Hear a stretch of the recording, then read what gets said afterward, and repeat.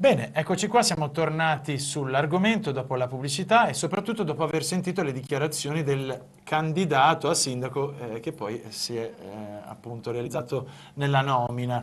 Quindi parliamo di Bitonci. Abbiamo però un telespettatore da Asiago, il signor Ruggero, al telefono. Sentiamo se ha da dire la sua o da porre una domanda. Signor Ruggero, buonasera, grazie per aver chiamato il Reporter per te. A lei la parola. Ecco, buonasera. Allora, io sto seguendo la vostra trasmissione da circa 10 minuti quando sono rientrato a casa. Mi interessa l'argomento lì del nuovo ospedale di Padova. Le dico che io sono un veronese che vive ad Asiago, a Verona stanno rifacendo il vecchio ospedale di Borgo Trento, quindi io sarei per quella idea. Però vorrei fare una domanda precisa al signore che c'è di fianco a lei, che ho sentito che è un rappresentante della regione È Veneto. Claudio Sinigaglia della Commissione Sanità Regione Veneto per il Partito Democratico. Bene, perché è una cosa che mi avrebbe sconvolto. Lei ha detto che l'ospedale di Padova in questo momento perde 50 milioni l'anno, è vero? Sì, l'azienda Ho capito male. No, no, è vero. Dai 40 ai 50 milioni all'anno. Ma stia attento, ma un ospedale che ci sarà un responsabile che perde 50 milioni all'anno, ma c'è nessuno lì che dice qualcosa, non mi dirà mica che è solo una questione di organizzazione, perché se no lì bisogna mandare a casa qualcuno, è peggio di Venezia, del Mose.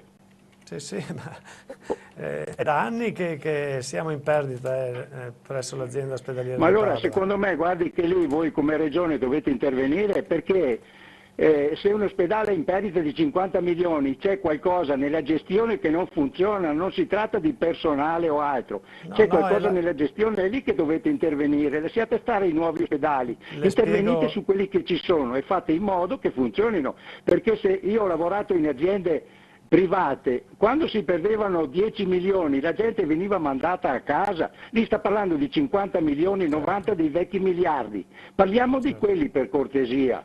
Io capisco bene voi, per carità, tutto bello, però è qui che dobbiamo intervenire, su chi spende e nessuno risponde.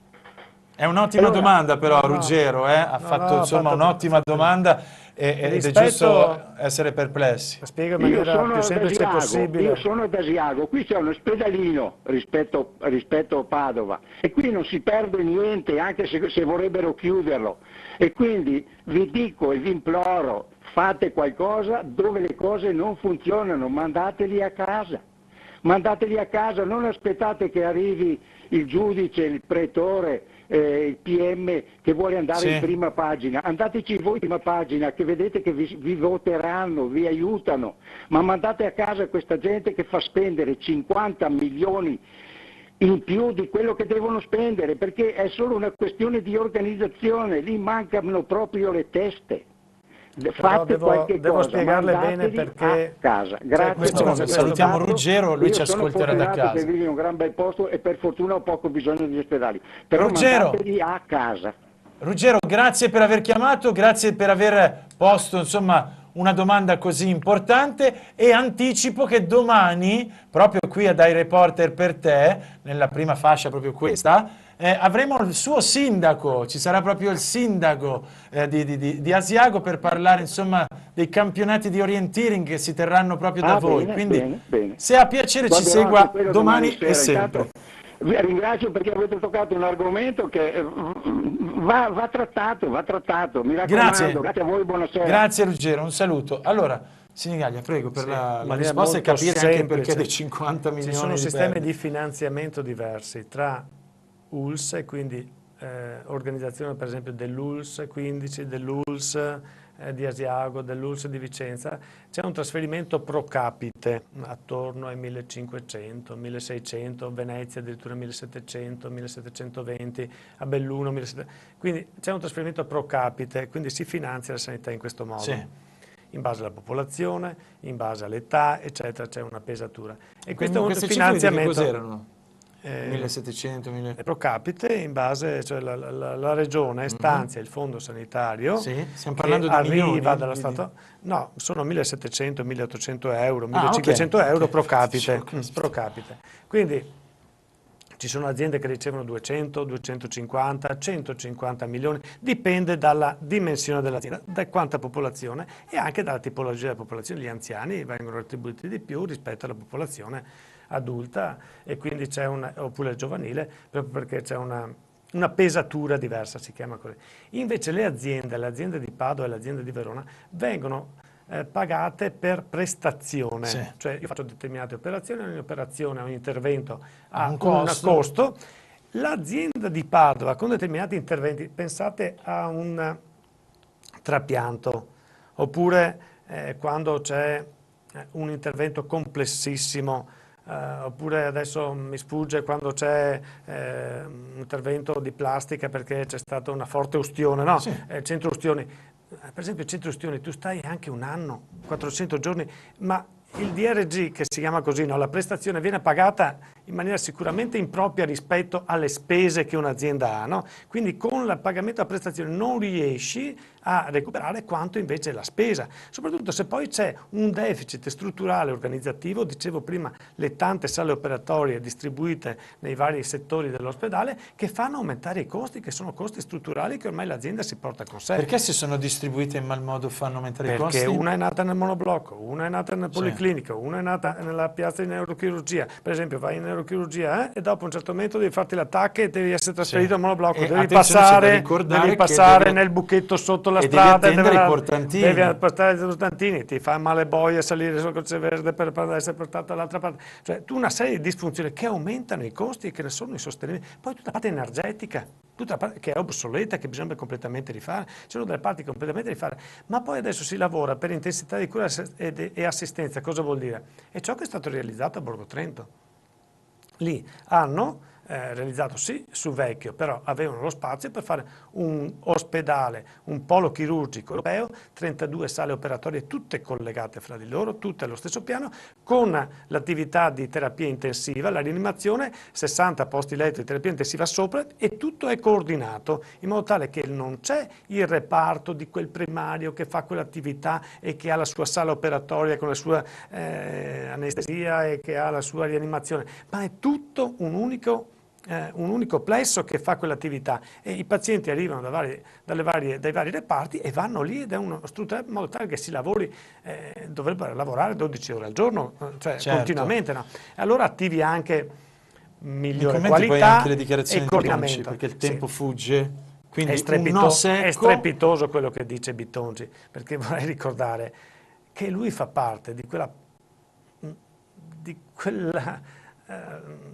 quell'asse politico che ha governato negli ultimi 15 anni la regione e che ha attivato i project finance. Ma mi spiega di cosa sta parlando? Cioè è stato lui ad attivare i project finance e adesso prendere distanze dopo che noi in commissione abbiamo chiesto di esaminare e questi sono analisi nei confronti dei progetti di finanza e abbiamo verificato che alla fine sono una schifezza per la sanità.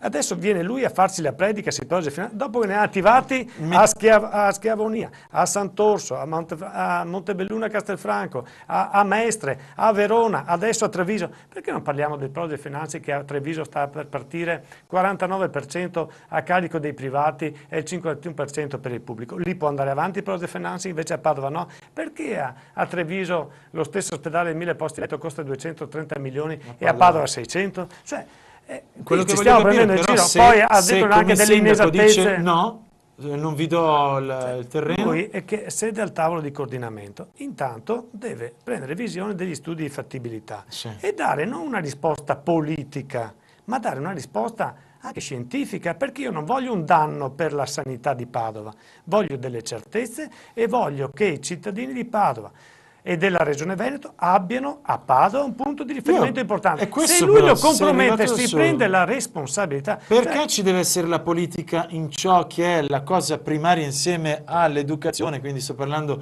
della scuola per noi cittadini, la sanità, perché in Italia è tutto a regime politico, le scelte di chi lavora, chi non lavora, dove, come, perché, è sempre a calata dall'alto. Io voglio che Zaia mi venga qui e mi dica, assieme a Bitonci, quello che abbiamo scritto di scientifico, di studi di fattibilità, che ci portavano nella direzione del nuovo polo ospedaliero, lasciamo stare dove, no? Ma la necessità di un nuovo polo ospedaliero. Ci dicono, guardate, che è stata tutta una cazzata quello che abbiamo fatto negli ultimi 4 anni. Ce lo dicono, no? Che abbiamo preso in giro tutta la gente e quello che abbiamo scritto di scientifico è inutile perché tanto abbiamo scherzato. Non ha risposto alla mia domanda. Cioè, perché deve essere politico? Ma non deve essere assolutamente sempre la sanità. politico. Perché non ci sono dei Deve medici? esserci, Tu sei un medico, giusto? No, non sono medico. Non sono ma dal medico. punto di vista Perché non funziona proprio appunto perché così? non sono medico, Perché? chiedo a chi è medico, chiedo a chi ha fatto gli studi, le ricerche, di darmi dei dati, di dirmi perché hanno fatto questa scelta e hanno rifiutato l'altra. E siccome ho avuto la pazienza di leggermi tutti questi atti approvati dalla Regione Veneto, mi dite perché adesso non sono più validi? Mi dite perché sono diventati tutta una schifezza?